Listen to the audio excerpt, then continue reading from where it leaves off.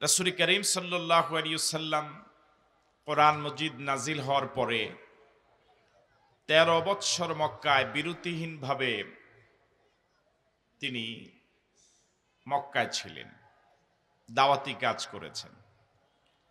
এই ১৩ বৎসর রাসূলের জীবনটা ফুল বিছানো ছিল না, বরং কণ্টকাকীর্ণ ছিল। এমন কোনো বিরোধিতা নেই, ষড়যন্ত্র নেই যা এই ১৩ বৎসরে করা হয়নি।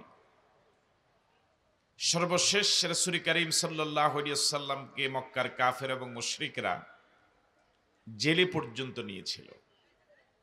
৩ বৎসর প্রিয় নবী জেলে ছিলেন। জেল থেকে ছাড়া পাওয়ার পরে বিপদ আরো বেড়ে গেল। একটা সময় মক্কার কাফের এবং মুশরিকেরা সিদ্ধান্ত নিয়েছে দারুন নাদওয়া নামক তাদের সংসদীয় গোপন বৈঠকে যে রাসূল করিম সাল্লাল্লাহু আলাইহি ওয়াসাল্লামকে তারা দুনিয়া থেকে বিদায় করে দিবে। এজন্য প্রত্যেক গোত্র থেকে যুবকদেরকে রিক্রুট করা হলো। রাষ্ট্রীয়ভাবে অনেক মোটা অঙ্কের পুরস্কার দেওয়া হবে সেই ঘোষণা আসলো, যুবকদেরকে পাওয়াও গেল। রাসূল করিম সাল্লাল্লাহু আলাইহি ওয়াসাল্লামকে হত্যা করার উদ্দেশ্যে তাদের নিয়োগকৃত সে যুবকেরা রাসূলের হুজরার চারপাশে রাতের অন্ধকারে ঘেরাও করে রেখেছিল। আল্লাহ রাব্বুল আলামিন প্রিয় নবী মুহাম্মদুর রাসূলুল্লাহ সাল্লাল্লাহু আলাইহি ওয়াসাল্লামকে রাতের অন্ধকারে ৪২০ কিলোমিটারের উপরে পথ পাড়ি দিয়ে একজন মাত্র সঙ্গী আবু বকর সিদ্দিক রাদিয়াল্লাহু তাআলা আনহুকে সাথে নিয়ে রাসূল প্রিয় জন্মভূমি মক্কা ছেড়ে মদিনায় হিজরত করেছিলেন। রাসূল যখন মক্কা থেকে মদিনায় হিজরত করে আসেন তখন তার বয়স ছিল ৫৩ বৎসর, নবুয়তের বয়স ছিল ১৩ বৎসর। মনোযোগ আছে আপনাদের? রাসূল মদিনায় এসে খুব গভীরভাবে লক্ষ্য করলেন মদিনা নামক এই ছোট্ট শহরটি ইহুদিদের বসতিতে ঘেরাও করা, চতুর্দিকে শুধু ইহুদিদের বসতি। ইহুদিদের ৩টি বড় বড় গোত্র ছিল তখন, বনু নজির, বনু কোরাইজা, বনু কাইনুকা। রাসূল করিম সাল্লাল্লাহু আলাইহি ওয়াসাল্লাম চিন্তা করলেন মক্কার জীবনটা ফুল বিছানো ছিল না, মদিনায় ইহুদিদের যেভাবে ঘন বসতি, ওদের যেভাবে দাপট, ওদের সাথে যদি একটি শান্তি চুক্তি করা না হয়, করা না যায়, তাহলে মদিনার জীবনটা নিরাপদ যাবে না। এই চিন্তায় প্রিয় নবী মদিনার ইহুদিদের সাথে শান্তি চুক্তি করে ফেললেন। ইহুদিরাও সে চুক্তিতে আবদ্ধ হলো।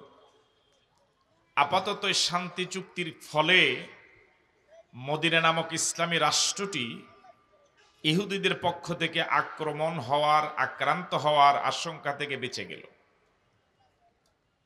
বদর যুদ্ধ শেষ হলো, উহুদের যুদ্ধ চলে গেল। উহুদের যুদ্ধ শেষ হওয়ার পর ৪র্থ হিজরির রবিউল আউয়াল মাসে এই সূরাটি নাজিল হয়। মনোযোগ আছে আপনাদের? উহুদ যুদ্ধ শেষ হয়ে যাওয়ার পরে ৪র্থ হিজরির রবিউল আউয়াল মাসে ২৪ আয়াত ৩ রুকু সম্বলিত সূরা হাশর নাজিল হয়েছিল। নাজিলের প্রেক্ষাপট, রাসূল করিম সাল্লাল্লাহু আলাইহি ওয়াসাল্লাম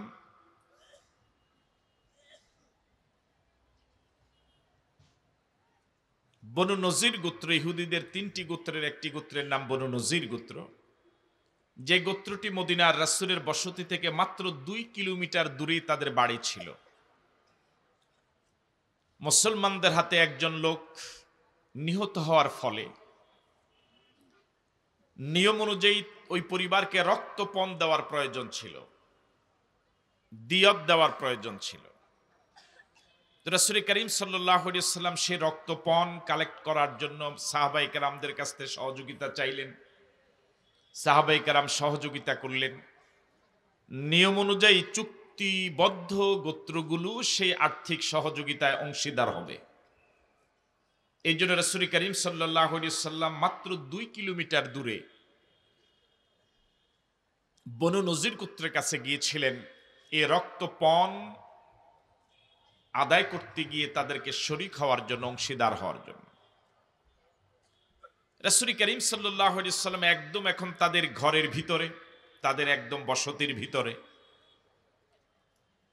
সুচতুর ইহুদিরা রাসূল করিম সাল্লাল্লাহু আলাইহি সাল্লামকে একটি দেয়ালের পাশে বসিয়ে রাসূলকে তারা বলেছিল যে টাকাগুলো তো আমাদের হাতে জমানো নেই, যেহেতু আপনি আগেও বলেননি, আপনি এই জায়গায় একটু বসেন, বিশ্রাম নেন, আমরা বিভিন্ন ঘর বাড়ি থেকে টাকাগুলো কালেক্ট করে এনে আপনার হাতে দেব।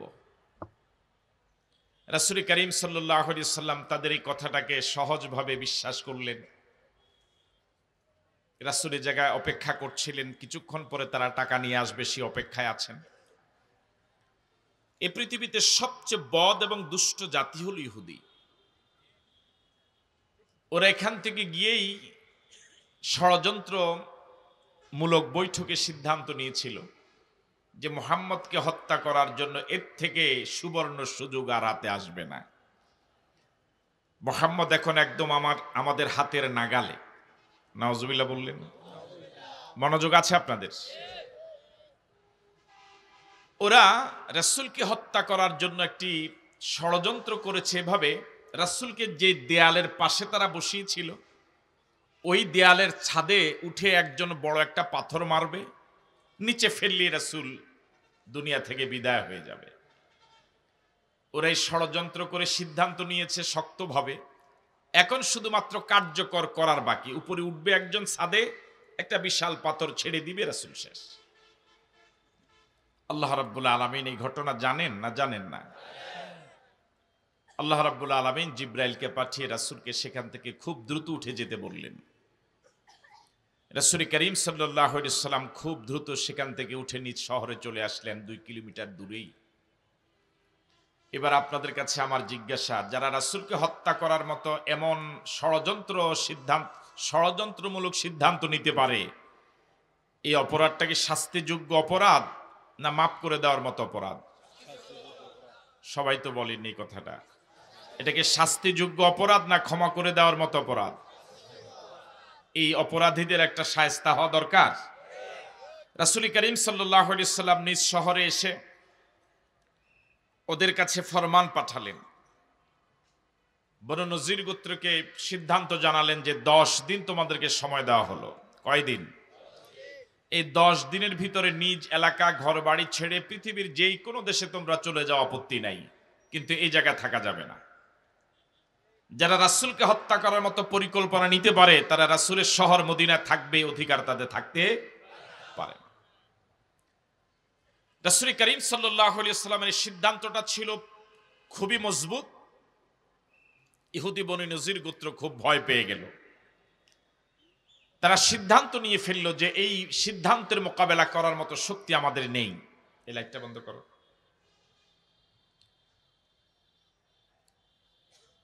এটার মোকাবেলা করার মতো কোনো শক্তি আমাদের নেই, সুতরাং আমাদের চলে যাওয়াই নিরাপদ। তারা চলে যাওয়ার সিদ্ধান্ত নিল। কিন্তু ইত্যবসরে মদিনায় যারা মুনাফিক ছিল, তাদের সর্দার আব্দুল্লাহ ইবনে উবাই, মুখভর্তি দাড়ি ছিল, মাথায় পাগড়ি ছিল, বিশাল লম্বা জুব্বা ছিল, 5 ওয়াক্ত নামাজ রাসূলের সাথেই পড়তো।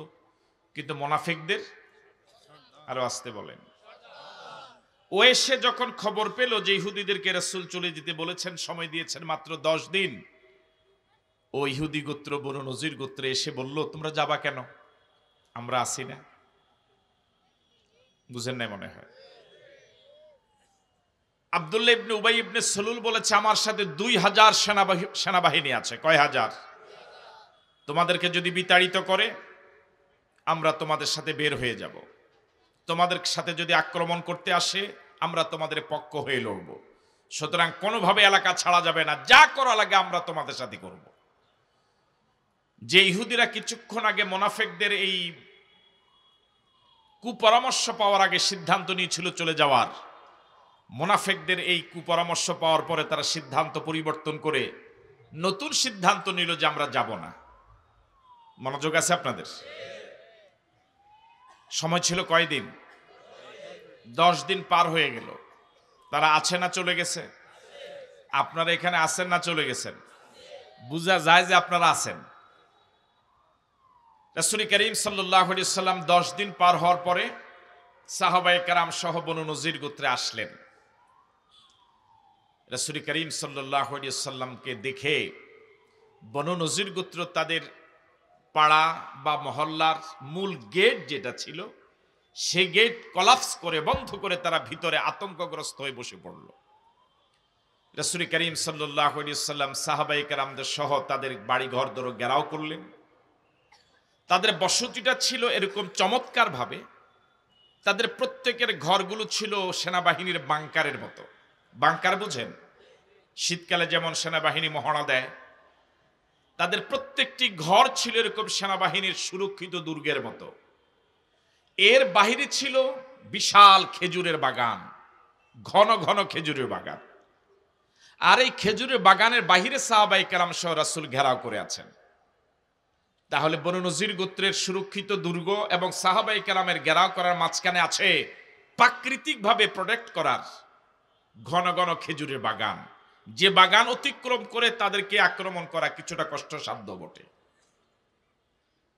সাহাবায়ে কেরাম এবার সামনে যে খেজুর বাগান ছিল, ঘন ঘন গাছে ঘেরাও করা খেজুর বাগান, খেজুর গাছগুলো কাটা শুরু করলেন। কোন কোন গাছে আগুন দিয়ে দিলেন। যখন বনু নজির গোত্র নিজের সুরক্ষিত দুর্গের ভিতর থেকে লক্ষ্য করেছে তাদের গাছগুলো, তাদের হাতে লাগানো গাছগুলো সব কেটে মাটির সাথে মিশে গেছে, আগুন ধাউ ধাউ করে জ্বলছে, তখন তারা ভয়ে আতঙ্কগ্রস্ত হয়ে রাসূলের কাছে এখান থেকে চলে যাওয়ার সে আগের সিদ্ধান্তে ফিরে আসতে বাধ্য হলো, প্রস্তাব দিল যে আমরা চলে যাব। রাসূল করিম সাল্লাল্লাহু আলাইহি সাল্লাম তাদেরকে চলে যাওয়ার অনুমতি দিলেন। যাওয়ার সময় প্রত্যেককে অস্ত্র ছাড়া শুধু বাহনের উপরে, ওট এবং ঘোড়ার উপরে যতটুকু সামগ্রী নেওয়া যায়, ঘর দরজার যা যা নেওয়া যায় অতটুকু নিতে রাসূল অনুমতি দিলেন। বনু নজির গোত্র নিজ নিজ হাতে নিজের বানানো ঘর বাড়িগুলো ভেঙ্গে যতটুকু নেওয়া সম্ভব ওট ভেড়া ঘোড়ার উপর উঠায় তারা নিয়ে সব চলে গেল। একদল গিয়েছিল সিরিয়ায়, আরেক দল গিয়েছিল খায়বরে। আমি কি কথা বুঝাতে পারলাম? এই তাদের দেশান্তরিত হওয়ার এই শাস্তিরকে কেন্দ্র করে আল্লাহ রাব্বুল আলামিন এই সূরাটি 4th হিজরি রবিউল আউয়াল মাসে একসাথে নাজিল করে দিয়েছিলেন। এ হচ্ছে এই সূরার শানে নুজুল। আমরা সূরার কয়েকটি আয়াত তেলাওয়াত করেছি। সম্মানিত দ্বীনী ভাইয়েরা, 23 আয়াত সম্বলিত সূরাটি রব্বুল আলামিন শুরু করেছেন যে আয়াত দিয়ে, সাব্বাহা লিল্লাহি মা ফিস সামাওয়াতি ওয়া মা ফিল আরদ। আকাশ এবং জমিনে যা আছে সব আল্লাহর তাসবিহ পড়ে। কার তাসবিহ পড়ে? আরো আস্তে বলেন, কার? আরো জোরে বলুন, কার? ওয়াহুয়াল আজিজ, তিনি তো পরাক্রমশালী, আল হাকিম, এবং তিনি মহাজ্ঞানী। এ হলো প্রথম আয়াত। বনু নজির গোত্রের সেই দেশান্তরিত হওয়ার ইতিহাস বলতে গিয়ে আল্লাহ পাক তামাম পৃথিবীর সব প্রাণী জগৎ, সকল সৃষ্টি জগৎ তার তাসবিহ পড়ে, আকাশ এবং জমিনে যা আছে, এই কথাটা বললেন কেন? এর মূল কারণ হলো এই, অনেক তাফসির তার মাঝে সবচেয়ে গ্রহণযোগ্য তাফসির যেটা, সেটা হলো এই, বনু নজির গোত্র এরকম শক্তিশালী ছিল, মনোযোগ আছে আপনাদের, শারীরিকভাবে তারা অত্যন্ত সবল ছিল, অস্ত্রের দিক থেকে তারা অনেক শক্তিশালী ছিল। তাদের ওই গোত্রের প্রতিটি পুরুষ, নারী, শিশু, বৃদ্ধ সকলেই যোদ্ধা ছিল। তাহলে টাকার বল, জনবল, অস্ত্রবল, শারীরিক শক্তি, যুদ্ধের প্রশিক্ষণ, সব দিক থেকে মুসলমানদের তুলনায়, সাহাবায়ে কেরামের তুলনায় তারা কয়েক সুগুণ আগাইয়া। এরকম একটি শক্তিশালী দল, এরকম একটি যোদ্ধা দল, সশস্ত্র একটি গ্রুপ, যুদ্ধই যাদের জীবন, যুদ্ধই যাদের নেশা, এরকম একটি সশস্ত্র বাহিনী মাত্র নিরস্ত্র অল্প কয়েকজন সাহাবায়ে কেরামের মাত্র ঘেরাও করার এই আন্দোলনে, এই কর্মসূচিতে তারা পালিয়ে যাবে, দেশ থেকে চলে যাবে, নিজের ঘর বাড়ি নিজের হাতে ভাঙবে, এটা কখনো সম্ভব ছিল না যদি আল্লাহর হুকুম না হতো। আমি কি কথা বুঝতে পারলাম? এই জন্য সাহাবায়ে কেরাম কর্মসূচি পালন করতে গিয়ে রাসূলের নেতৃত্বে ময়দানে শুধু নেমেছে, কিন্তু বিজয় দিলেন কে? এই জন্য কোনো বিজয় আসার পরে যেন মানুষের প্রশংসা না করে, মানুষের প্রশংসা করে যেন বিজয়টাকে হাতছাড়া না করে, মানুষ যেন আনন্দে বিমোহিত হয়ে নিজের কৃতকর্মকে যেন বিনষ্ট না করে। এই জন্য আল্লাহ পাক শুরুতে বলে দিলেন, বান্দা তোমরা শুধু কর্মসূচি পালন করতে গিয়ে ময়দানে নেমেছো, ওই বনু নজির গোত্রের চারপাশ ঘেরাও করেছিলে, কয়েকটি গাছ মাত্র কেটেছ, এরকম একটি শক্তিশালী দল আমি আল্লাহ যদি সাহায্য না করতাম তোমরা বিজয় হতে না, ওরা নিজ ঘর বাড়ি ছেলে পালাতে বাধ্য হতো না। সুতরাং কোনো মানুষের প্রশংসা নয়, প্রশংসা করা লাগবে কার? আমি কি কথা বুঝতে পারলাম? এই জন্য আল্লাহ রাব্বুল আলামিন বলেন, সাব্বাহা লিল্লাহি মা ফিস সামাওয়াতি ওয়া মা ফিল আরদ, আকাশ এবং জমিনে যা আছে সব তাসবিহ পড়ে কার? ওই বিশাল আকাশ তাসবিহ পড়ে আল্লাহর, বিশাল বিস্তীর্ণ জমিন তাসবিহ পড়ে আল্লাহর, বিশাল সূর্য যা পৃথিবী থেকে 13 লক্ষ গুণ বড় তাসবিহ পড়ে আল্লাহর। তুমি তো ছোট্ট একটা ক্ষুদ্র জীব মানুষ, তুমি কেন আল্লাহর প্রশংসা করবে না? বিজয়ের মালিক তুমি না নামলে পরে বিজয় আসতো না, এরকম অহংকারী আচরণ করা কোনো মানুষের পক্ষে সমীচীন নয়। বরং তামাম পৃথিবীর তামাম আকাশের যা কিছু আছে সব তাসবিহ পড়ে যেহেতু আল্লাহর, তোমরা মানুষ, তোমাদেরও 24 ঘন্টা সব সময় তাসবিহ পড়া দরকার কার? আওয়াজ দিয়ে বলুন তো আল্লাহ। আরো জোরে বলুন আল্লাহ। আমাদের বাংলাদেশের জুলাই এবং আগস্টের বিপ্লব, যুবক ছাত্র এবং বৃদ্ধ নারী পুরুষ ময়দানে নেমেছিল কর্মসূচি পালন করতে গিয়ে। বিজয় যুবকদের মাধ্যমে আসে নাই, বিজয় যদি আল্লাহর হুকুম না হতো বিজয় হতো না। ঠিক আছে কথা? এই জন্য জুলাই আগস্টের বিপ্লবের 16 আনা কৃতিত্ব কার? 16 আনা প্রশংসা কার? এই জন্য আল্লাহ রাব্বুল আলামিন বলেন, হুয়াল্লাযী আখরাজাল্লাযীনা কাফারু মিন আহলিল কিতাবি মিন দিয়ারিহিম লিআউয়ালিল হাসর। তিনি তো এমন আল্লাহ, হুয়াল্লাযী, তিনি তো এমন আল্লাহ যিনি আখরাজা বের করে দিয়েছেন। মনোযোগ আছে আপনাদের? যারা শানে নজুল পড়েছেন, ঘেরাও করে আছে কারা? বাকিরা যে বলে না, ঘেরাও করে আছে কারা? অথচ আল্লাহ পাক বলতেছেন আমি বের করে দিয়েছি। কথাটা কি খেয়াল করেছেন? আন্দোলন করছে সাহাবায়ে কেরাম, কর্মসূচি পালন করছে সাহাবায়ে কেরাম, রাসূলের নেতৃত্বে ময়দানে নেমেছে, ওদের বসতি ঘেরাও করে আছে, গাছগুলো কেটে দিচ্ছে। আল্লাহ পাক বলে তোমরা বের করো নাই, আমি বের করে দিয়েছি। তাহলে মানুষের দায়িত্ব হলো শুধু ময়দানে নামা আর বিজয়ের মালা গলায় পরিধান করানোর দায়িত্ব কার? আমি বুঝতে পারলাম কথা? আল্লাহ রাব্বুল আলামিন বলেন, হুয়াল্লাযী, তিনি তেমন আল্লাহ যিনি আখরাজা বের করে দিলেন, আল্লাযীনা কাফারু মিন আহলিল কিতাব, ইহুদিদের মাঝে কাফের যারা, বনু নজির গোত্র যারা, তাদেরকে তিনি বের করে দিয়েছেন। তিনি কে? আরো জোরে বলেন। মিন দিয়ারিহিম, অন্যের ঘর বাড়ি থেকে নয়, নিজের ঘর বাড়ি থেকে, লিআউয়ালিল হাসরে, সবাইকে একত্রিত করে, একজন দুইজন করে নয়, সবাইকে একত্রিত করে একসাথে আল্লাহ নিজের ঘর বাড়ি থেকে বের করে দিয়েছিলেন যিনি, সে আল্লাহরই সব প্রশংসা। বলি আলহামদুলিল্লাহ। আরো জোরে বলি আলহামদুলিল্লাহ। এরপর আল্লাহ রাব্বুল আলামিন বলেন, মা জনান্তুম, ও সাহাবায়ে কেরাম তোমরা ধারণা করো নাই। মনোযোগ আছে আপনাদের? গভীর মনোযোগ দিয়ে শুনেন। মা জনান্তুম, তোমরা ধারণাই করো নাই, আইয়া খুরুজু, যে তারা তোমাদের ঘেরাও করা এই সামান্য আন্দোলনের মোকাবেলায়, আন্দোলনকে ঠেকাতে না পেরে তারা এরকম দুর্গ ছেড়ে পালিয়ে যাবে, এটা সাহাবায়ে কেরামও ধারণা করে নাই। ওয়া জান্নু আন্নাহুম মানিআতুম হুসুনুহুম মিনাল্লাহ, আর ঘেরাওয়ের ভিতরে যারা আছে, যারা সুরক্ষিত দুর্গে আছে, তাদেরও ধারণা ছিল আমাদের যেরকম দুর্গগুলো সুরক্ষিত, আমাদের জনবল যেভাবে প্রশিক্ষিত, অস্ত্র যেভাবে আমাদের বেশ মানের, এই কয়েকজন সাহাবায়ে কেরামের সামান্য ঘেরাওয়ের কারণে আমরা বের হওয়া লাগবে না, বরং আমাদের সুরক্ষিত দুর্গ এবং জনবল অস্ত্রবল এই সাহাবায়ে কেরামের ঘেরাওয়ের আন্দোলন থেকে আমাকে বাঁচাবে। তাহলে দুই দলের ধারণা একরকম না দুই রকম? এই কথাটা আমি এভাবে বুঝাতে চাই, দুই দলের ধারণা কি একরকম না দুই রকম? এবার আমার দিকে তাকিয়ে এবার কথাটা জবাব দেন তো, সাহাবায়ে কেরাম কি ঘেরাও করে আছে? সবাই বলে না তো, ঘেরাও করে আছে? নেতৃত্বে কি রাসূল আছেন? সাহাবায়ে কেরামের সামনে কি তাদের ঘর না খেজুরের বাগান? কথা বলেন, খুব পাতলা পাতলা না ঘন ঘন? এই খেজুর গাছগুলোর ভিতর দিয়ে খেজুর গাছ ডিঙ্গিয়ে তাদের বাড়িতে আক্রমণ করা সহজ না কঠিন? তাহলে বেশি সুরক্ষিত কারা? ভিতরে যারা, তারা। আমার ভাইয়ারা, এবার বলুন তো দেখি, যারা ভিতরে আছে বনু নজির গোত্রের ইহুদিরা, তারা সংখ্যায় কম না বেশি? এটা কি তারা নিজের বাড়িতে আছে না অন্যের বাড়িতে? নিজের বাড়িতে থাকলে শক্তি কম না বেশি? তাদের অস্ত্র আছে সাহাবায়ে কেরাম থেকে কম না বেশি?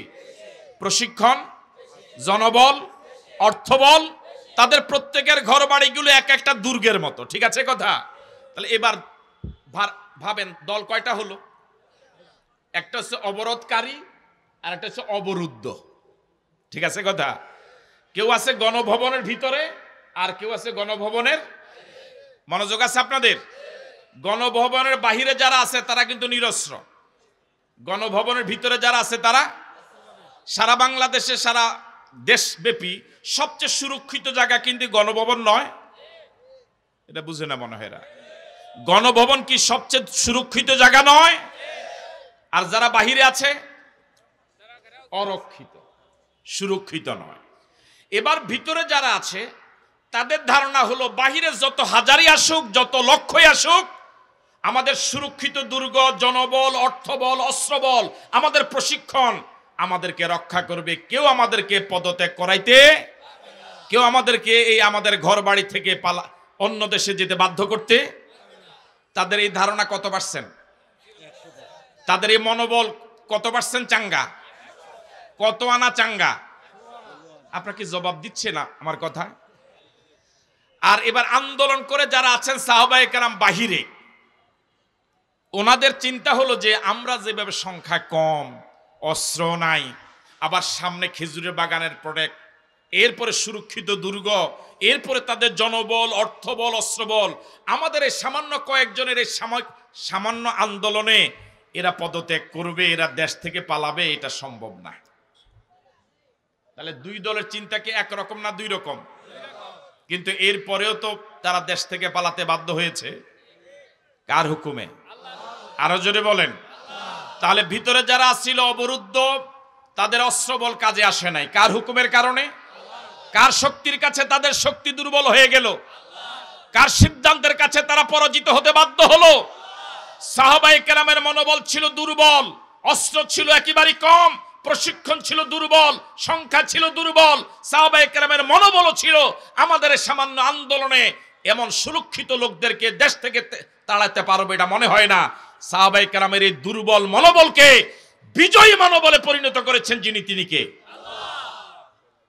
এই ঘটনার সাথে আমাদের বাংলাদেশের ঘটনা মিলে? কত পার্সেন্ট মিলে? 100% কি জবাব আসতেছে? আপনার নাম কি ফয়জুল্লাহ? 100% মিলে না 80% মিলে? 100% মিলে। কিভাবে মিলে আমার ভাইরা? প্রথমে মিলটা দেখেন। যারা গণভবনে আছে তাদের ধারণা হলো আমার এখানে যেরকম বাহিনী আছে, আপনি তো পুলিশে চাকরি করছেন নাকি, যেভাবে বাহিনীগুলো আছে, এর আগে তো বলা হয়েছিল, ওনার সেকেন্ড ইন কমান্ড বলেছিলেন আন্দোলন যতই হোক এদেরকে মোকাবেলা করার জন্য আমাদের ছাত্ররাই যথেষ্ট।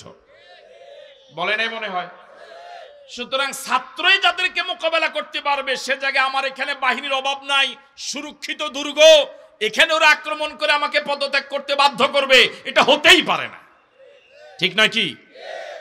আবার গোটা দেশবাসী বিগত 15-16 বছরে ওদের চিন্তা হলো এই, যখন প্রত্যেকটা আন্দোলনই মাঠে মার খায়, তখন গোটা 18 কোটি মানুষের চিন্তা হয়ে গিয়েছিল না আর কোনো আন্দোলনে হবে না যদি আল্লাহ না ধরে। এটা আপনারা বলেন নাই, বলছিলেন? তাহলে দেশবাসীর ধারণা হলো, যারা আন্দোলনে আছে, কর্মসূচিতে আছে, তাদের ধারণা হলো না আমগো দ্বারা আর কথা কয় না কা, এরকম একটা ধারণা হয়েছিল।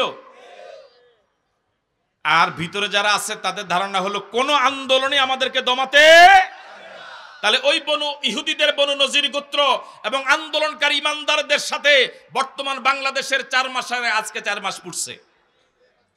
আজকে কয় মাস পড়ছে? এই 4 মাস আগের ঘটনার সাথে কি মিলে না? মিলে না? জনগণের ধারণা এমন হয়ে গিয়েছে, মোবাইলে টেলিভিশনে দেখেছে যে হেলিকপ্টার উড়ে পালিয়ে যাচ্ছে, এরপরে 2 দিন পরে জিগে আসলে গেছে। বুঝেন না কথা? আপনাদের এলাকা মনে জিজ্ঞেস করে নাই। আল্লাহ রাব্বুল আলামিন বলেন, মা জানান্তুম, ও ইমানদারেরা তোমরা ধারণা করো নাই আন্না আইয়া খরুজু, তারা এভাবে পালিয়ে যাবে। 16 আইটেম রান্না হয়েছিল সেই দিন। কয় দিন? কয় আইটেম? 16 আইটেম রান্না হয়েছিল। পত্রিকায় দেখলাম ভাইয়ের সেদিন জন্মদিন ছিল, জন্মদিন ধুমধামে উদযাপন হবে, মেহমান দাওয়াত দেওয়া হয়েছিল, কি এক বিনোদনের অনুষ্ঠান হবে। মা জানান্তুম আইয়া খরুজু, দেশবাসী তোমরা ধারণা করো নাই ওরা পালিয়ে যাবে, ওরা এইভাবে গণভবন ছেড়ে পালিয়ে যাবে, এটা ধারণা করো নাই। জনগণের বদ্ধমূল ধারণা হয়ে গিয়েছে। ওই মুরব্বী চিন্তা করেছিলেন, টার্গেট করেছিলেন 41 সাল। জনগণ শেষ পর্যন্ত সিদ্ধান্ত দিয়েছে কিসের 41? কোন আন্দোলনই যেহেতু সফল হয় না যতদিন বাঁচে। কি কথা কয় না কা? আপনাকে আসেন না গেছেন কে এখানে?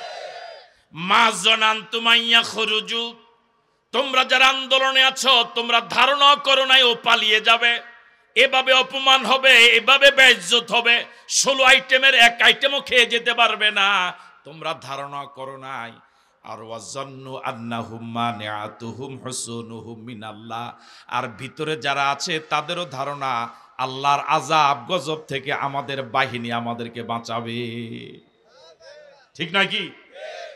শিশু দল আছে, যুব দল, শ্রমিক আছে না নাই? দল তো স্তরে স্তরে। এমন কোন বাহিনী নাই যে বাহিনীকে বিভিন্ন স্তরে বিন্যস্ত করা হয়নি।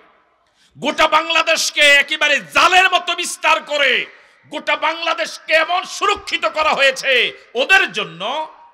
এই স্তরগুলো ডিঙ্গিয়ে ডিঙ্গিয়ে গণভবন পর্যন্ত যাওয়া এটা ছিল অসম্ভব। এটা কি ছিল? আমার কথা কি বুঝতেছেন আপনারা? মনে হচ্ছে যে সূরাটা এই 2024 জন্য নাজিল হয়েছে।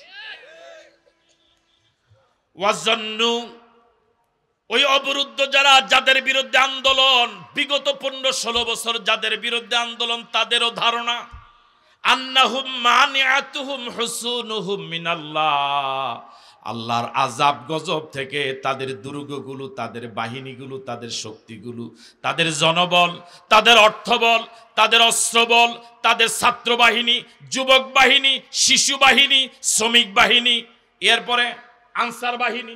কয়েকদিন আগে বাইরে কি কি বাহিনী না, আবার ঋণ গ্রহীতা বাহিনী, কথা কয় না কা, বিভিন্ন বাহিনী বাইরে হইছে না। এই বাহিনীগুলো আমাদেরকে রক্ষা করবে মিনাল্লাহ, আল্লাহর আযাব থেকে, আল্লাহর গজব থেকে। ঠিক যখন 2 দলের ধারণা এরকম, আন্দোলনকারীদের ধারণা হলো আমরা পারবো না, আর ওদের ধারণা হলো আমাদেরকে সরাতে, ঠিক এমন সময় যখন 2 দলের 2 রকম ধারণা, আল্লাহ পাক বলেন ফাতাহুমুল্লাহ মিন হাইসু লাম ইয়াতাসিবু, আল্লাহর গজব এমন জায়গা দিয়ে এসেছে তোমরা টেরও পাও না। জোরে বলেন আল্লাহু আকবার। সে আল্লাহ এখন আছে না নাই? আওয়াজ দিয়ে বলুন তো আল্লাহ।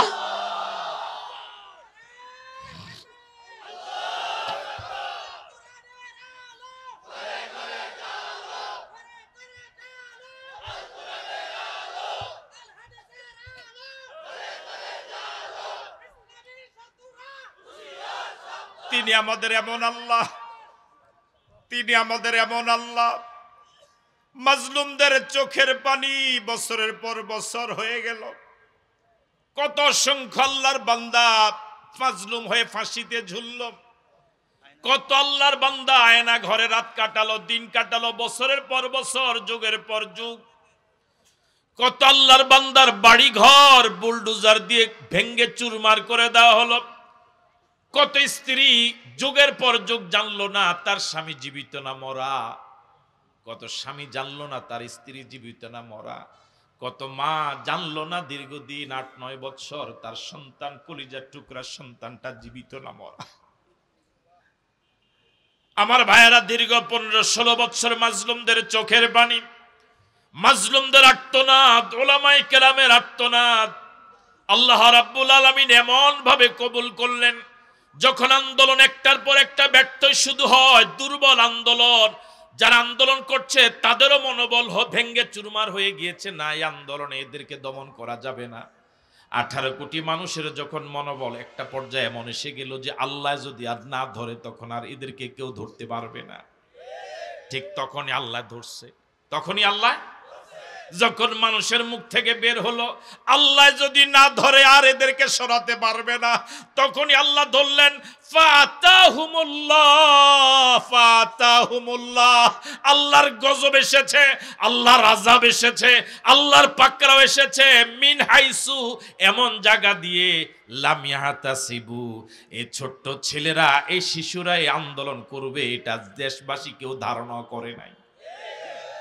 লাম ইয়াহতাসিবু, যারা রাজনীতিতে বিজ্ঞ, প্রাজ্ঞ, অভিজ্ঞ, যারা রাজনীতি করে করে চুল দাড়ি সব পাকালো, তারা ধারণা করে নাই এভাবে শিশুরা রাস্তা নেমে যাবে, নারীরা রাস্তা নেমে যাবে, কোলের 1.5 মাসের সন্তান নিয়া, 1 মাসের সন্তান নিয়া মায়েরা রাস্তা নেমে যাবে।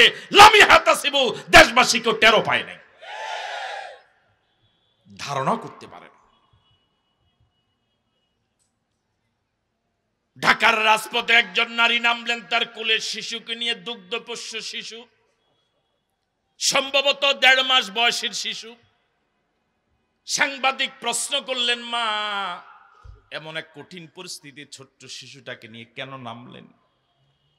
চোখের পানি ছেড়ে দিয়ে কি সাহসী রানী দায়িত্বহীন কণ্ঠে বললেন, আমার ঘরে আর কোনো পুরুষ নাই,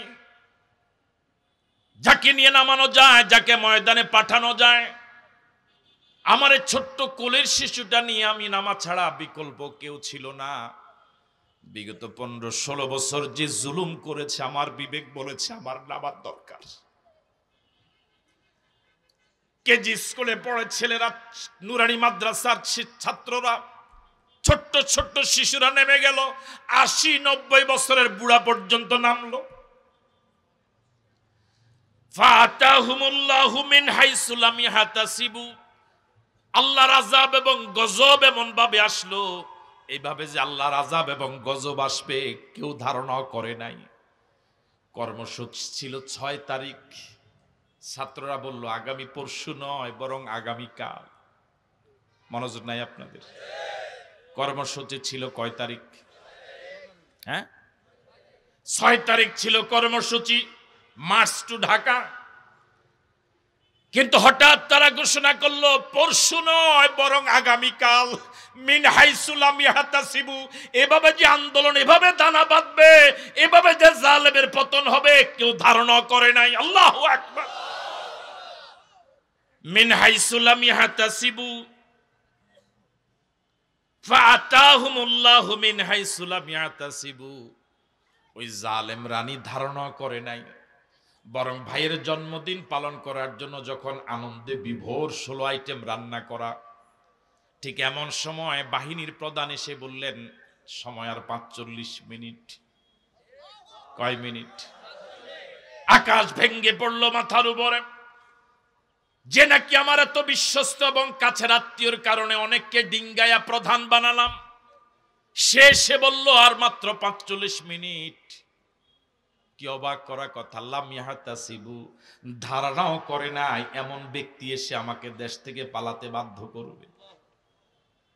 সব ক্ষমতার মালিককে আরো জোরে বলেন, আন্নাল কুওয়াতা লিল্লাহি জামিআ, আন্নাল কুওয়াতা লিল্লাহি জামিআ, সব ক্ষমতার একমাত্র মালিক আল্লাহ। এই জন্য আল্লাহ এই সূরার শুরুতে বললেন সাব্বাহা লিল্লাহি মা ফিস সামাওয়াতি ওয়া মা ফিল আরদ। যদি তোমাদের আন্দোলনে তোমরাই যদি বিজয় আনতে পারতে তাহলে 15 বছর পারো নাই কেন? 15 বছর আমি বিজয়ের সিদ্ধান্ত নেই নাই, এখন দিলাম কেন? এখন আমি সিদ্ধান্ত নিয়েছি, সুতরাং সব প্রশংসার মালিক আমি আল্লাহ। ঠিক আছে কথা? আল্লাহ রাব্বুল আলামিন বলেন ওয়া যান্নু আন্নাহুম, আগের আয়াতের শেষ অংশ, মিন আহলিল কিতাবে মিন দিয়ারিহিম লিআউয়ালিল হাসরে। আল্লাহ রাব্বুল আলামিন ওই বনু নজির গোত্রের সবাইকে একত্রিত করে দেশ থেকে বিতাড়িত করে দিয়েছিলেন। বাংলাদেশের সেই জালেমেরাও, ওই ইহুদিদের উত্তরসূরি এই জালেমেরাও, এমন কোন দেশ আমার জানা নাই, এমন অধপতন আমার দ্বিতীয়টি জানা নাই যে দেশের প্রধানমন্ত্রী পালালে পরে বাইতুল মোকাররমের খতিবও পালায়। লিআউয়ালিল হাসরে সবাইকে যেভাবে বনু নজির গোত্র একত্রিত করে দেশান্তরিত করে দিয়েছেন, আল্লাহ পাক এই গোটা দলটাকে একত্রিত করে পাতি নেতা, ছাতি নেতা, ছোট নেতা, মাজ্জা নেতা, বড় নেতা যা আছে সব পলাইছে। জোরে বলেন ঠিক নয় কি? লিআউয়ালিল হাসরে সবাইকে একত্রিত করে, সবাইকে জমায়েত করে, সব চলে গেল মামুর বাড়িতে। কোন বাড়িতে? এখন সেখানে গিয়ে তারা ষড়যন্ত্র করে, সে ষড়যন্ত্রের কথা সামনে আসবে।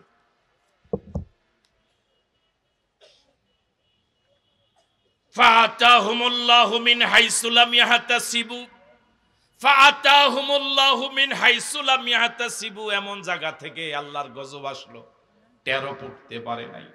কি মনের মাধুরী মিশিয়ে গণভবনটা সাজালো। আছেন আপনার এখানে? কি বিশাল বিশাল পাঙ্গাস মাছ, আর কি ছিল? আর মাছ, হ্যাঁ, রাজহাঁস। কি মনের মাধুরী মিশিয়ে 15-16 বছর কি মনের আলপনা দিয়ে কিভাবে সাজালো গণভবন। ওই গণভবন নিজের চোখের সামনে দেশের জনগণ ছিন্ন বিচ্ছিন্ন করে, ওই গণভবনটাকে তছনছ করে নিজের চোখের সামনে ভাবে ভেঙ্গে চুরমার করবে। লাম ইয়াহতাসিবু, ধারণা করে নাই। আল্লাহর কথা কত বাস্তব। আমার ভাইয়েরা, আল্লাহর বান্দাদের জানাজা পড়তে পর্যন্ত দেওয়া হয় নাই। ঠিক নয় কি? বিচার কি আল্লাহ করে নাই? এতদিন তো আপনারা বলতেন এত হুজুরে দোয়া করে, দোয়াইগুলো যায় কই? দোয়াইগুলো যে কাজে লাগছে দেখছেন আপনারা? সময় যখন হয়েছে তখনই কাজে লাগাইছে। আল্লাহ রাব্বুল আলামিন বলেন ওয়াকাযাফা ফি কুলুবিহিমুর রুবা, সাহাবায়ে কেরাম যখন চতুর্দিকে ঘেরাও করে যখন গাছ কাটা শুরু করলেন, ভিতরে অবরুদ্ধ মানুষ সশস্ত্র অবস্থা যখন নিজের বাড়িতে নিজের দুর্গে যখন আছে, আল্লাহ রাব্বুল আলামিন ওই অবরুদ্ধ লোকদের অন্তরে ভয় ত্রাস সৃষ্টি করে দিলেন। আল্লাহু আকবার। মানুষের মনোবলটা এত মারাত্মক, এটা যদি দুর্বল হয়ে যায় হাতের অস্ত্র পড়ে যায়, যদি মনোবল চাঙ্গা থাকে হাতে অস্ত্র না হলো সামনে এগিয়ে যায়। যারা আন্দোলন করেছিল ছাত্র জনতা, এক পুলিশ অফিসার তো তৎকালীন স্বরাষ্ট্রমন্ত্রীকে দেখিয়ে বলেছিল গুলি করি একটা, পড়ে একটা, চারটা দাঁড়ায় যায়। আপনারা কি দেখেছেন, কল্পনা করেছেন? আমি তো 71 দেখি নাই, 24 দেখেছি। যে যুবকেরা লাখ লাখ লাখ যুবক যে নামলো, ওরা পাখির মতো গুলি করে। যুদ্ধ লাগলে পরে শত্রুকে মানুষ যেভাবে গুলি করে, যে মানের গুলি করে, এই দেশের জনগণের বুকে তারা এই মানের গুলি চালিয়েছে। যাত্রাবাড়িতে পত্রিকায় দেখেছি, পরে নেটও দেখেছি, গুলি আসছে, একটার পর একটা লাশ পড়ছে। ছাত্র জনতার লাশগুলোর প্রতি তাদের কোনো খেয়াল নেই। ওরা বক্তব্য দিচ্ছে লাশ লাশের জায়গায় থাকুক, কেউ না কেউ লাশ দাফন করার পাওয়া যাবে, কিন্তু এই জালেমকে পদদলিত করার জন্য কাউকে পাওয়া যাবে না, আমাদের ছাড়া সামনে যেতে হবে। এই যুবকদের জন্য মন থেকে দোয়া করি, আল্লাহ এই যুবকদের মাঝে যারা শহীদ হলো, কবর গেল, তাদেরকে জান্নাতুল ফেরদাউসের মেহমান বানায় দাও। যারা আহত হয়ে আছে আল্লাহ তাদেরকে সুস্থতার নিয়ামত দাও। বাংলাদেশের জমিন থেকে অন্ধকার দূর করে যারা আলো আনতে ভূমিকা রাখলো, আল্লাহ তাদের প্রতি তুমি রহম করো। ওয়াকাযাফা ফি কুলুবিহিমুর রুবা, ওয়াকাযাফা ফি কুলুবিহিমুর রুবা, আল্লাহ তাদের অন্তরে ভয় সৃষ্টি করে দিলেন, ভীতি সৃষ্টি করে দিলেন, ত্রাস সৃষ্টি করে দিলেন। এবার যত অস্ত্র আছে সব অকেজু। কথা বলে না কেন? আল্লাহ রাব্বুল আলামিন বলেন ইউখরিবুনা বুয়ুতাহুম বিআইদিহিম ওয়া আইদিল মুমিনিন। এমন ভয় তাদের অন্তরে ঢুকলো, নিজের বানানো ঘর নিজের হাতে এবার তারা ভাঙ্গা শুরু করে দিল। ওয়া আইদিল মুমিনিন, ইমানদারেরাও ভাঙ্গে, তারা নিজেরাও নিজের ঘর ভাঙ্গে। আল্লাহু আকবার বলবেন না? রাসূল যখন অনুমতি দিলেন যতটুকু ঘর দরজার, পৃথিবীতে আরেক জায়গা গেলে তো ওখানে কিছু থাকা লাগবে, ঘর করা লাগবে। ইন্ডিয়ায় যাও, সেখানে তো কাপড় চোপড় লাগবে, যদ্দুর ফারো লইয়া যাও। ওর কথা কয় না ঠিক না? 2-4 দিন তো থাকা লাগবে। ইউখরিবুনা বুয়ুতাহুম বিআইদিহিম, নিজের হাতে নিজের ঘর ভাঙ্গে। আমাদের এই জালেম রানীও পত্রিকায় দেখেছি, নেটে আপনারা দেখেছেন, নিজে কিছু কাপড় চোপড় গুছগাছ করছে। কথা কয় না কা? মনে করছিল আজীবন যে শাড়ি জিয়ানে রাখছে এটি আজীবন ইয়ানে থাকবো। আমরা তখন কথা বুঝছি না, বুঝেন না? ইউখরিবুনা বুয়ুতাহুম বিআইদিহিম, ১৫০০ বছর আগের ওই ইহুদিরা নিজের ঘর সাজানো সংসার নিজের হাতে ভাঙ্গা শুরু করেছে। আর ইমানদারেরও ভাঙ্গে, যাতে করে একটু তাড়াতাড়ি হয়। তারা যেভাবে ভাঙ্গে একটু সময় লাগবে, কিন্তু সময় তো মাত্র ৪৫ মিনিট। কয় মিনিট? এই জন্য ওয়াইদিল মুমিনিন, আন্দোলনকারী ইমানদারেরাও কিছু সহযোগিতা করে তাড়াতাড়ি গুজগাছ করে দিছে জাঙ্গা। ওর কথা কয় না ঠিক কিনা? আপনার কি আছেন এখানে না গেছেন গা? ইমানদারেরা এই ভাঙ্গা চূড়াতে হাত দিল কেন? যেহেতু উনি যেভাবে স্টাইল করা শুরু করছে, লিপস্টিক লাগানি, ফোলাফাই নাই একার ফিট করে লেব, সময় নাই। এই জন্য সময় যেহেতু ৪৫ মিনিট, এই জন্য সাথের লোকেরাও কিছু গুজগাছ করে কয় তাড়াতাড়ি জাঙ্গা। এবার আপনাদের কাছে আমার এই হাজারো জনতার কাছে প্রশ্ন, ছাত্র জনতা কি দাবি করেছিল দেশ ত্যাগ করার জন্য? কথা বলে না কেন? ছাত্র জনতার এক দফা দাবি ছিল শুধু পদত্যাগ। উনি দেশ ত্যাগ করলেন কেন? কেউ কি দৌড়াইছে? উনি নিশ্চিত নিজের বুঝ হয়েছে যে আমি যে অপরাধ করেছি, পদত্যাগ করে দেশে থাকার মতো যোগ্যতা আমার নাই। ঠিক নয় কি আমার ভাইয়েরা? এর ৭১ সনেও পলায়ন করে পৃথিবীর কোন দেশে যায় না, গিয়েছে ভারতে। ৭৫ সনেও পলায়ন করে গিয়েছে ভারতে। ২৪ সালেও গিয়েছে কোন দেশে? যাদের ভারত এত প্রিয়, আসলে এরা বাংলাদেশকে শাসন করে নাই, বাংলাদেশকে শোষণ করেছে। বাবা হত্যার প্রতিশোধ নিতে এসেছে। এরা ভারতীয় রাজাকার, এরা দেশ বিরোধী, এরা মানবতা বিরোধী, এটা গোটা জাতির শত্রু।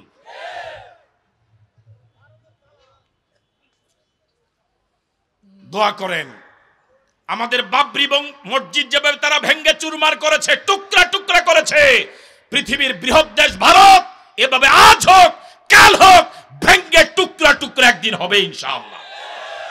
একদিন টুকরা টুকরা হবে ইনশাআল্লাহ।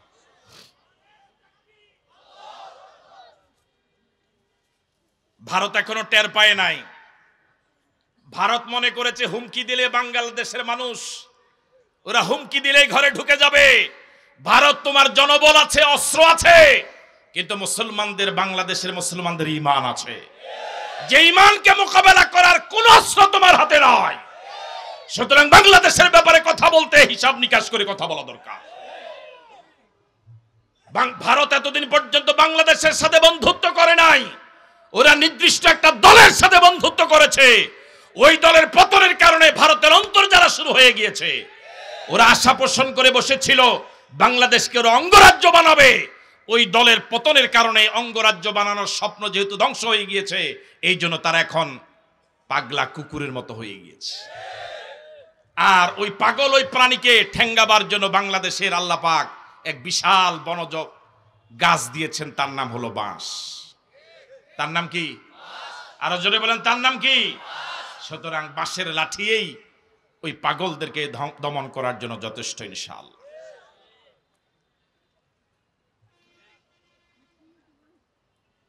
ফাতাবিরু ইয়া উলিল আবসার।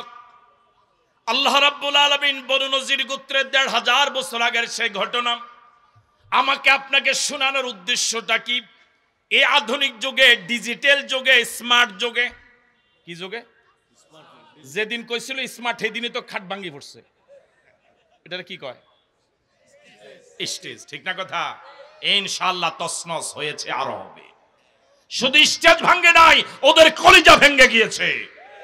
পৃথিবীতে এমন কোন দল আমার দ্বিতীয় জানা নেই যে দল এভাবে কর্মীদেরকে বিপদে ফেলে পালায়। আল্লাহ রাব্বুল আলামিন বলেন ফাতাবিরু ইয়া উলিল আবসার, ও পৃথিবীর যুগে যুগের জালেমেরাই ঘটনা থেকে শিক্ষা গ্রহণ করো। সামনে যারা আবার এরকম জুলুম করার নিয়ত করে বসে আছে তাদেরকে আল্লাহ পাক বলেন ফাতাবিরু ইয়া উলিল আবসার, চোখওয়ালা যারা, জ্ঞানবান যারা, বুদ্ধিমান যারা, এই ঘটনা থেকে শিক্ষা গ্রহণ করো, যাতে করে এরকম জুলুম আর কেউ কোনোদিন বাংলাদেশে না করে। বাংলাদেশে ভবিষ্যতে যদি জনগণ, আল্লাহ রাব্বুল আলামিন এবার বলেন ওয়ালাউলা আন কাতাবাল্লাহু আলাইহিমুল জালা, যদি আমি বনু নজর গোত্রকে দেশ থেকে বিতাড়িত করার শাস্তি যদি না দিতাম, মনোযোগ আছে আপনাদের, তাহলে লাআযাবাহুম ফিদ দুনিয়া, অন্য কোন শাস্তি দুনিয়াতেই দিতাম। যদি ভারতে পলায়ন করার যদি এই শাস্তি না হতো, অন্য কোন শাস্তি অবশ্যই হইতো। কথা কয় না? ওয়ালাহুম ফিল আখিরাতি আযাবুন নার, এই দুনিয়ার দেশ থেকে দেশান্তরিত হওয়া, পলায়ন পর জীবন যাপন করে, এটাই চূড়ান্ত শাস্তি নয়। এরা যে পরিমাণ অপরাধ করেছে, আখিরাতে এদের জন্য শাস্তি জাহান্নামের আগুন। ওয়ালাহুম ফিল আখিরাতি আযাবুন নার, ওদের জন্য পরকালে জাহান্নামের আযাব আল্লাহ রেডি করে রেখেছে। আল্লাহ তুমি আমাদেরকে জাহান্নাম থেকে বাঁচাও, বলি আমিন। আরো জোরে বলি আমিন। এখন আপনাদের মনে প্রশ্ন জাগতে পারে, শুধুমাত্র রাসূলকে হত্যা করার জন্য এই কাজটা করার কারণে এত কঠিন শাস্তি কেন দিলেন? ঘর বাড়ি ছেড়ে আরেক দেশে চলে যেতে হলো। আল্লাহ পাক তার কারণ বলছেন, জালিকা, এত কঠিন শাস্তি এর জন্য দেওয়া হয়েছে বিআন্নাহুম শাকুল্লাহ ওয়া রাসূলা, ওরা অপরাধটা ছোট করে নাই, অপরাধটা যেমন বড় শাস্তিটাও ঠিক তেমন বড়। জালিকা বিআন্নাহুম শাকুল্লাহ ওয়া রাসূলা, ওরা আল্লাহ এবং রাসূলের বিরোধিতা করেছিল। ওয়া মান ইউশাকিল্লাহা ফাইন্নাল্লাহা শাদীদুল ইকাব, যুগে যুগে যারাই পৃথিবীর যে দেশে, যে সময়, যে এলাকায় আল্লাহ এবং রাসূলের বিরোধিতা করবে, তাদের জন্য এরকম শাস্তি সামনে কপালে আছে।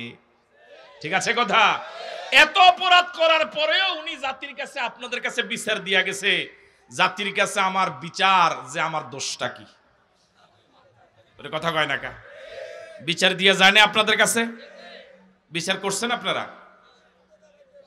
হ্যাঁ, জালিকা বিআন্নাহুম শাকুল্লাহ ওয়া রাসূলা, এই অপরাধের শাস্তি এই জন্যই আল্লাহ পাক এত কঠিন দিলেন, যেহেতু ওরা অপরাধটা ছোট করে নাই, বরং আল্লাহর সাথে, রাসূলের সাথে ওরা বিরোধিতা করেছিল। ওয়া মান ইউশাকিল্লাহ, পরবর্তীতে যারাই আল্লাহর সাথে বিরোধিতা করবে, নবীর বিরোধিতা করবে, ফাইন্নাল্লাহা শাদীদুল ইকাব, সুতরাং সামনে যারা ক্ষমতায় আসবেন এই আয়াত মনে রাখেন।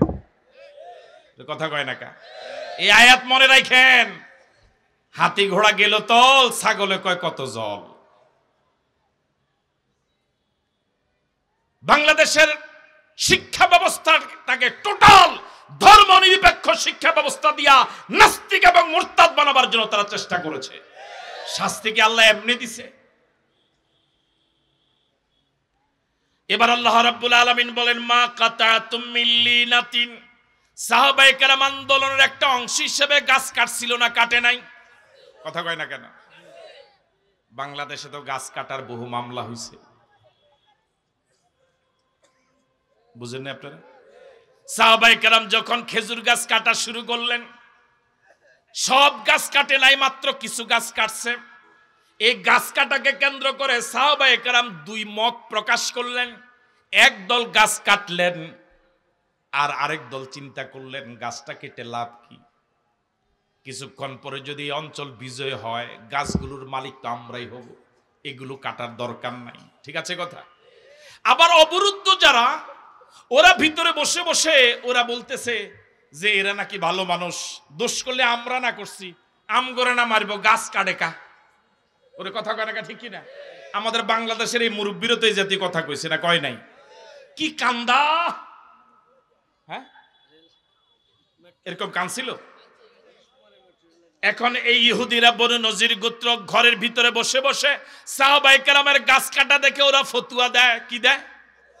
এরা নাকি আল্লাহর ওলি, এরা নাকি ফেরেশতা, এরা নাকি নবীর ওয়ারিস, এরা নাকি নবীর উম্মত, এরা নাকি নবীর সাহাবী। গাছে কি দোষ করছে? ওর কথা কয় না কা? আমাদের দেশেও কিন্তু এরকম বহু আলেমে ফতুয়া দিছিল এসি রুমে বসে বসা, যে এই জাতীয় হরতাল অবরোধের আন্দোলন শরীয়ত অনুমোদন করে না। এরকম ফতুয়া দিছিল না, দেয় নাই? এটা ওরা যেরকম দুর্গে বসে বসে ফতুয়া দিছিল, এরও এরকম দুর্গে বসে বসে ফতুয়া দেয়। আল্লাহ রাব্বুল আলামিন গাছ কাটাকে অনুমোদন দিয়ে আয়াত নাজিল করলেন। আল্লাহু আকবার বলবেন না? আল্লাহ পাক বলেন, মা কাতাতুম মিন লিনাতিন, ও নবীর সাহাবীরা, তোমরা যে গাছগুলো কেটেছো। আল্লাহু আকবার বলবেন না? গাছ কাটার কথা আল্লাহ কি দেয় নাই? বাপ, মা কাতাতুম মিন লিনাতিন, তোমরা যে আন্দোলন করতে গিয়া বনু নজির গোত্রকে দেশান্তরিত করতে গিয়া, দেশ থেকে পালাতে বাধ্য করতে গিয়া ওদের লাগানো গাছগুলো যে কেটেছ, আও তারাকতুমুহা কায়মাতান আলা উসুলিহা, যে গাছগুলো কাটো নাই বরং কাণ্ডের উপরে রেখে দিয়েছ। তাহলে সাহাবায়ে কেরাম কিছু কাটছে, কিছু আল্লাহ পাক বলেন কিছু কেটেছ, কাতাতুম মিন লিনাতিন, কিছু কেটেছ, আও তারাকতুমুহা কায়মাতান আলা উসুলিহা, যেগুলো কাটো নাই রেখে দিয়েছ মূলের উপরে, কাণ্ডের উপরে। আল্লাহ পাক বলেন ফাবিইজনিল্লাহ, গাছ কেটেছ সেটা তো আমি আল্লাহর অনুমতি আছে, রেখে দিয়েছ তাতেও আমি আল্লাহর অনুমতি আছে। জোরে বলেন আল্লাহু আকবার। জালেমকে হটাবার জন্য আন্দোলন করতে গিয়া যা করা দরকার সব অনুমোদিত। ইসলাম বুঝো তুমি। এসি রুমে বসে ফতোয়া দেওয়া সহজ, রাজপথে জালেমের বিরুদ্ধে মিছিল করা তো সহজ নয়।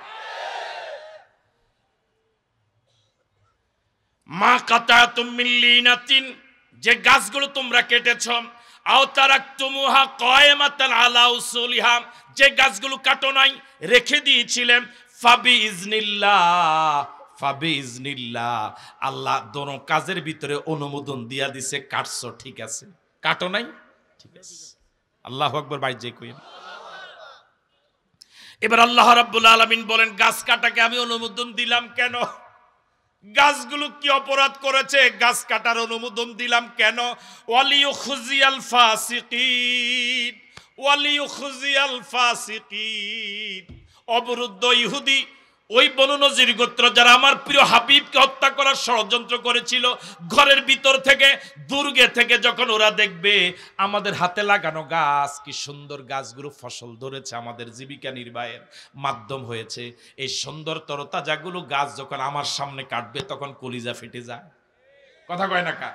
যখন আমার চোখের সামনে দেখলাম যে রাজহাঁসগুলো ফোলাফেনে লইয়া যায়, কথা কয় না কা? সবজি লইয়া যায়, মুরগি, এরপরে ফাঙ্গাস মাছ, তখন তো অবস্থা এরকম যে জমিন ফেটে যাক, আমি জমিন ঢুকি যাই। কথা কয় না কা? আল্লাহ বলে লিউখজিয়াল ফাসিকিন, পাপিষ্ট, অপরাধী, দুর্নীতিবাজ, এই জাতীয় লোকদেরকে এই গাছগুলো কেটে এই গণভবন তছনছ করে আল্লাহ লিউখজিয়াল ফাসিকিন, অপরাধীকে অপমান করেছে। আমার চোখের সামনে আমার রাজহাঁসগুলো নিয়ে যায়, আমার কাপড় চোপড় সব লইয়া যায়, এর থেকে বেইজ্জতি। যদি লজ্জা থাকতো জীবনে আর ফোনে কারাগলের কথা কইতো না। ইজা ফাতাকাল হায়া ফাফআল মা শিতা, রাসূল বলেছে মানদার যখন লজ্জা চলে যায় তখন আর সে যা ইচ্ছা তাই করতে পারে। আমার আশ্চর্য লাগে, এত অপরাধ করার পরে, এত অপমানিত হওয়ার পরে মানুষকে কথা শুনায় কেমনে, চেহারা দেখায় কেমন। ওয়ালিউখজিয়াল ফাসিকিন,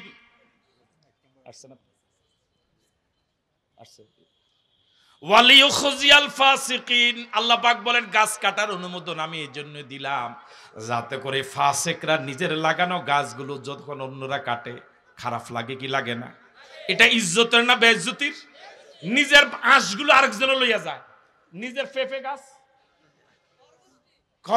খরগোশ নিচে বলে যখন এইভাবে তছনছ করে গোটা পৃথিবী দেখে, গোটা গণভবন ল্যাংটা, এর থেকে বেইজ্জতি আর কিছু হতে পারে না। আল্লাহ 1400 বছর আগে বললেন ওয়ালিউখজিয়াল ফাসিকিন, এভাবে তছনছ করার মাধ্যমে, গণভবন ধ্বংস করার মাধ্যমে, গাছ কাটার মাধ্যমে আমি এদেরকে অপমান করেছি।